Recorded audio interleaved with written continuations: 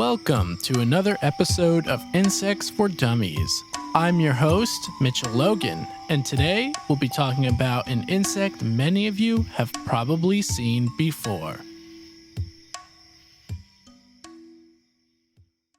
Let's start with the name. Praying mantises got their name from the look of their front arms and how it suggests a prayer position. The scientific name for the European mantis is literally Mantis religiosa, but the only praying you'll see from this insect is when it's on the hunt for food. The praying mantis belongs to a family of insects called Mantidae and are a carnivorous group that will prey on a variety of other insects, arachnids, lizards, and even birds. That's right, there have been documented cases of mantids eating birds from every continent, except for Antarctica, but Antarctica has none. Most of these cases involved hummingbirds, but some include other small birds. Anything is fair game to a hungry mantis. If you have a bird feeder and see a big mantis on it, I would honestly recommend moving the mantis or turning it into a pet, because they can make a pretty addition to your home.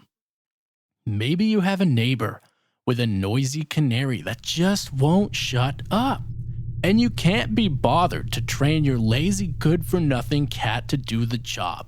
Leave it to your new... What was that? It's getting too dark. Alright, yeah. Anyway, I would not keep 2 or more because they will eat each other. The average lifespan for a praying mantis is 1 year in captivity, but it actually varies depending on the size. Generally, larger mantises will outlive smaller ones by a span of months, which means females typically outlive the males due to their larger stature. Mantises belong to a group of insects that have incomplete metamorphosis. This means they do not have a larval or pupal stage of development. Instead, they go through several stages known as nymphs, with each one looking like a smaller, less complete version of its final form. Think Cell from Dragon Ball Z, but that's not their only similarity. Mantids are gifted hunters with strong predatory functions. You Saiyans are like cockroaches. Mantids are also one of the only few types of insects able to rotate their head 180 degrees, and their vision is extremely accurate. They have stereo vision, with each eye containing a concentrated area of focal receptors called a fovea. This can track prey with great precision. The praying mantis also contains a special defense mechanism in its thorax, which picks up ultrasounds. The thorax is the center body segment of all insects. Picture Tony Stark from Iron Man in this example, except the core in his chest can sense ultrasonic sounds, and the enemy is Batman. Okay, excuse my cross-contamination of heroes, but seriously, the purpose of its defense mechanism is to warn a mantis of incoming bat attacks. They even barrel roll to the ground as an escape, and in some cases will fight back with their strong forearms. That being said, mantises are known to be very mindful and patient hunters.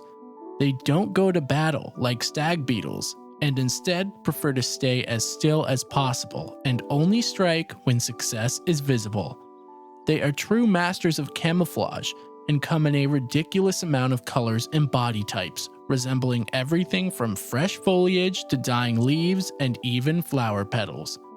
One of the most popular mantises is the orchid mantis, which resembles the flower of a pink or white orchid.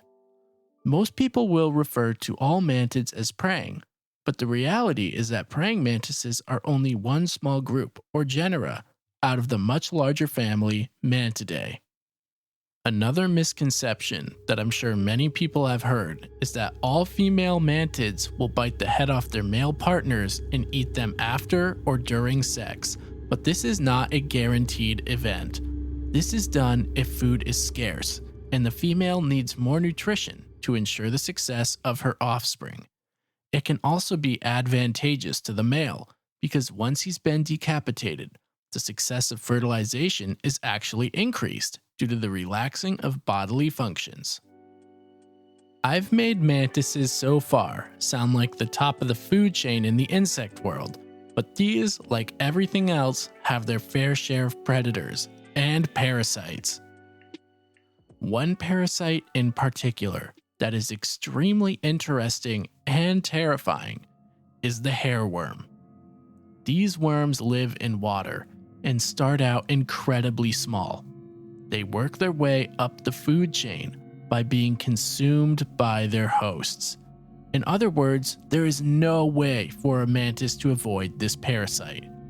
Once the mantis is infected, the worm then takes over the body, leading it to water and causing it to swim or drown as the worm leaves its host. Of course, at this point, you must be wondering if these can infect humans too. And the answer is no. They cannot survive or mature in a human body, and definitely do not seek out humans as a potential host. Other more standard predators to the mantids include bats, birds, frogs, and lizards.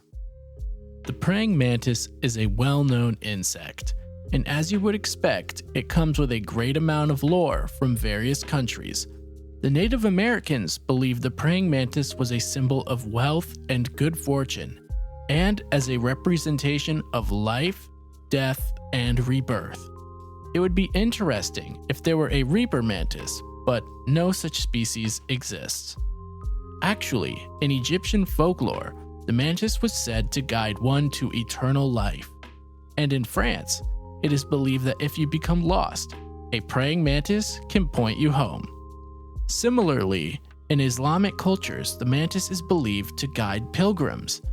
I'm not really sure why this insect is considered a guide to so many, but perhaps it has to do with its patient and tactile way of life. At this point, if you don't hate mantises, you may be thinking that they're kind of cool, and you wouldn't be the only one.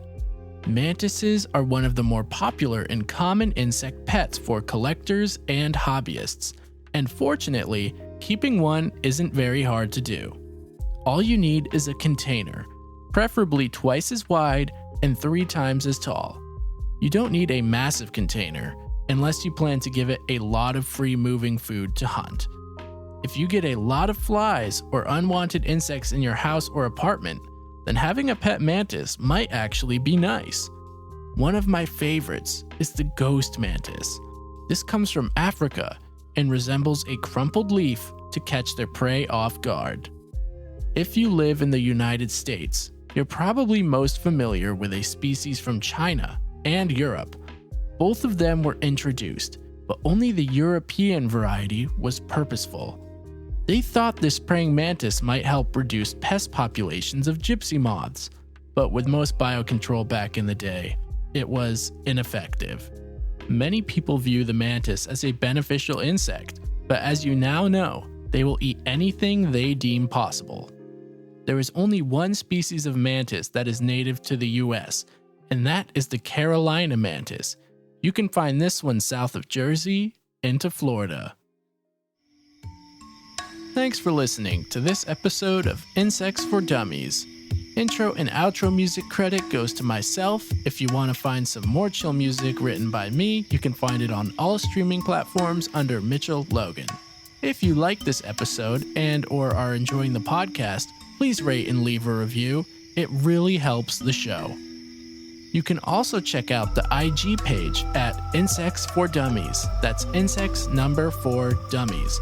And I also take listener emails, so if you have a special insect you want to know more about or a question, you can drop an email at insectsfordummies@gmail.com. That's insects, FOR, dummies@gmail.com. See you next week.